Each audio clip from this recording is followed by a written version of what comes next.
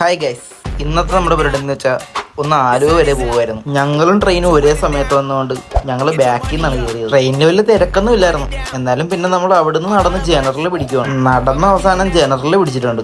അടുത്ത സ്റ്റേഷൻ കഴിഞ്ഞപ്പോൾ സീറ്റും കിട്ടി, അവിടെ ഇരിപ്പായി. പിന്നെ തുറവൂർ സ്റ്റേഷനൊക്കെ ആയപ്പോൾ ട്രെയിൻ കുറച്ചു നേരം പിടിച്ചിട്ടാണ്. പിന്നെ നമ്മുടെ അരൂര് പാലം എത്തി.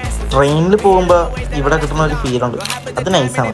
ഒന്ന് കണ്ണടച്ച് തുറന്നപ്പോഴത്തേക്കും എന്തേ ആലുവ എത്തി. സമയം കളയാണ്ട് ഞങ്ങൾക്ക് പോകേണ്ട സ്ഥലത്തേക്കുള്ള ലൊക്കേഷൻ ഇട്ട് ഞങ്ങൾ നടന്നുകൊണ്ടിരിക്കുകയാണ്. അങ്ങനെ ഞങ്ങൾ സ്ഥലത്തെത്തി. ടീം റെഡിജിന്റെ ഷോപ്പിലാണ് ഞങ്ങളിപ്പോൾ വന്നേക്കുന്നത്. ഇതേ ഈ കാണുന്ന എക്സോസ്റ്റ് മേടിക്കാനാണ് ഞങ്ങൾ ഇങ്ങോട്ട് കയറി പോകുന്നത്. അങ്ങനെ ബില്ലൊക്കെ സെറ്റിൽ ചെയ്ത് ഞങ്ങൾ സാധനമായിട്ട് നേരെ ഇറങ്ങിയിട്ടുണ്ട്.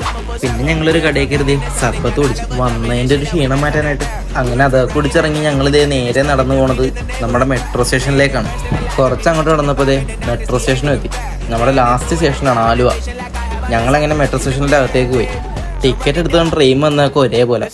ഇന്ന് ഫുള്ള് ഇങ്ങനെയാണ്, എല്ലാം കറക്റ്റ് സമയത്താണ്. അവിടുന്ന് കയറി നമ്മൾ നേരത്തെ വൈറ്റിലെത്തിയിട്ട് ഇനി ബസ്സിലാണ് വീട്ടിലേക്കുള്ള യാത്ര. ഞങ്ങൾ വന്നത് കറക്റ്റ് സമയത്ത് ബസ് ഉണ്ടായിരുന്നു. ബാക്കിൽ സീറ്റും കിട്ടി. പിന്നെ തിരിച്ച് ചേർത്തലെത്തിയപ്പോൾ ഞങ്ങൾ ദോശ കഴിക്കാൻ കയറി. ഞങ്ങളുടെ ഇപ്പോഴത്തെ സ്ഥിരം സ്പോട്ട് ഇതാണ്. അടിപൊളി ഫുഡാണ് അവിടുത്തെ. ഇപ്പൊ പിന്നെ എന്തെങ്കിലും മേടിച്ചുള്ള ക്യൂരിയോസിറ്റി അറിയാലോ. പിന്നെ അതിന്റെ പുറകെ ഇരിക്കും കുറച്ചു നേരം. അങ്ങനെ വീട്ടിൽ വന്ന് ഇതൊക്കെ നോക്കി അങ്ങനെ ഇരിക്കുമായിരുന്നു. പിന്നെ അതിന്റെ സ്റ്റിക്കർ അങ്ങോട്ട് ഒട്ടിച്ചേക്കാൻ നിർത്തി. ഞാൻ തന്നെയാണ് ഒട്ടിച്ചത്. ഇതും വെച്ചിന് ഇറങ്ങുമ്പോൾ പോലീസ് പിടിക്കാന്നുള്ളൊരു പേടി മാത്രമേ ഉള്ളൂ. എന്താണേലും മരണടുത്ത് വെച്ച് നോക്കാം, ഇല്ലെങ്കിൽ ഭിത്തിയിലെങ്കിലും തൂക്കിയിടാല്ല. കേരളത്തിലെ അവസ്ഥയൊക്കെ ഇങ്ങനെയൊക്കെ തന്നെയല്ലേ.